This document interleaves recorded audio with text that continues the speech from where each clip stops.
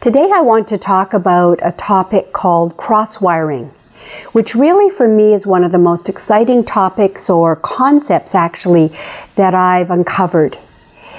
I've for a long time struggled to understand how we stop ourselves, sabotage ourselves, that kind of thing. And cross-wiring is a key part of what really has unlocked the mystery of this whole idea of sabotage.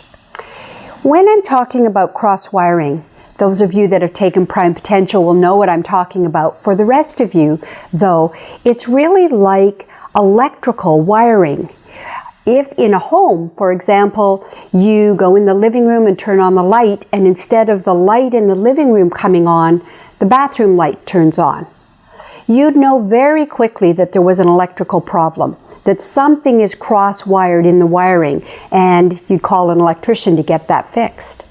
Well, we actually have a similar thing that can go on in our human nervous system, in our wiring. We can actually have our needs that I've talked about in other blogs cross-wired. So let's imagine you have the need for love and belonging, very important, and equally important, the need for power. What if they were cross-wired? What would that look like? Well, in my experience, how that shows up is when people have love and belonging cross-wired with power, they don't want to lose the love and belonging, and so what they do is pull back on the power. They don't step forward as fully. They're not as confident as they could be. They could have difficulty making decisions, saying no. They could do a lot of pleasing other people because they're really concerned that the love and belonging might be jeopardized if they stand out, if they really go for their own power. So that's an important cross-wiring that really does need to get untangled because it's seriously going to impact their success, their confidence, even their creativity. Now, how do these needs get cross-wired? Well, it starts when we're little, almost all the time. Things get laid down in our nervous system very early without us consciously even being aware of it. For myself, for example, I was a little girl that loved to talk a lot. I had loads of questions and lots of curiosity, and as you can imagine, some of you, I was often told to be quiet. And so my desire and my wish to sort of express myself sometimes resulted in me getting in trouble with my parents. And I started to connect those dots and really, in a sense, cross-wired that.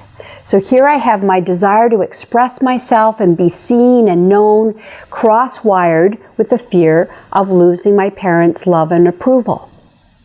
And so as that unfolded, I actually started to retreat in terms of not expressing myself as much, not being as confident as I'd been as a little girl, and I believed I was shy. And so one day I was talking with my mother and I said to her, you know, I'm really very shy. And she burst out laughing and she said, when did that happen? Clearly not believing me. And I, of course, was very insulted because I thought I was expressing a truth about myself. But from her perspective, that was completely different than how she looked at me. So very early, we can cross-wire things. Now, not only can our needs be cross-wired, we can actually cross-wire what we want with a fear of getting it. What if I was afraid of what I really wanted? Now, I know that sounds crazy. Why would we be afraid of what we want? But as we unpack that and dig down into it, we find that that in fact is the case. People can be afraid of losing weight, of being successful. In fact, we hear it quite often, people being afraid of their own success. But beyond just saying that, we want to understand what is it that's locked in the system.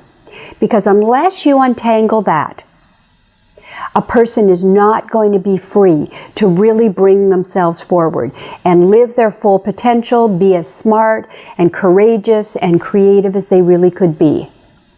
So if this is ringing any bells for you, I'd love to hear from you. Tell me whether this makes some sense for you. Have you seen yourself pull back on any one of the needs, or be at cross purposes with yourself in terms of what you want. I'd love to hear your comments. I really appreciate them and look forward to more.